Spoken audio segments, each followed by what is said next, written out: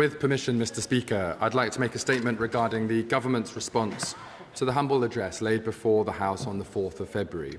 I committed to keeping the House updated. This is now my third statement on this issue, and I will continue to update the House throughout the process. Mr. Speaker, I will first update the House on the work that is already being undertaken by the Government. I can confirm that work is ongoing across departments to search for and identify the material relevant to the humble address, and departments have been instructed to retain material which may be relevant to this motion. Given the breadth of the motion as drafted, this is clearly a process which will take some time. However, I want to reassure colleagues that officials have been working throughout the recess period and are expecting to compile information relating to the House's request very shortly.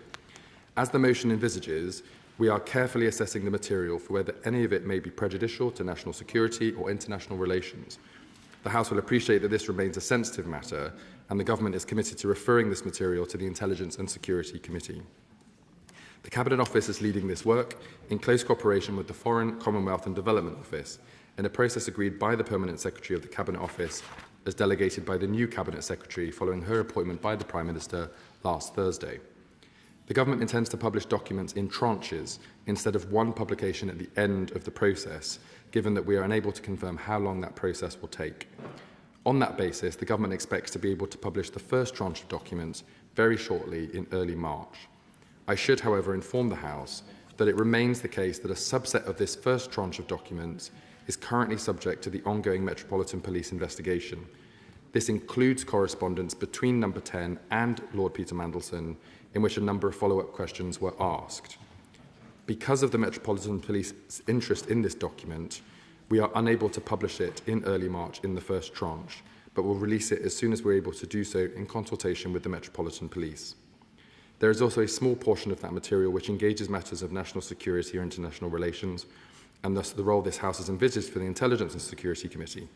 We are working with the committee to establish processes for making this material available to them, and we're very grateful to the committee in advance for their important contribution to reviewing these documents.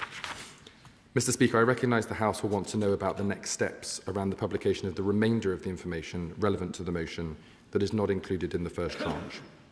I would like to make it clear that anything we publish will be in line with our normal approach to publishing material in the House, such as redactions of junior officials' names and, where relevant, legal professional privilege. Further work is needed to compile the information in scope and conduct to conduct the necessary assessments.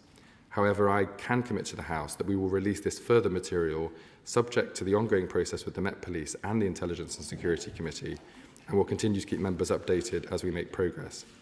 I welcome the House's patience as the Government works swiftly to comply with the humble address.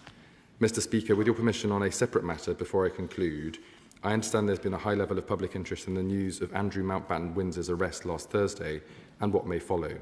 The Government is clear that we are not ruling out action in respect of the line of succession at this stage, and we will consider whether any further steps are required in due course. It is vital, however, that we first allow the police to carry out their investigations. I know they will have the full support of the Government, and I'm sure this House as they do so. I will return to the House with further updates, as I've committed to do so, Mr. Speaker, not just on this issue, but in relation to wider reforms to standards, lobbying, transparency and the removal of peerages in due course. And I commend this statement to the House.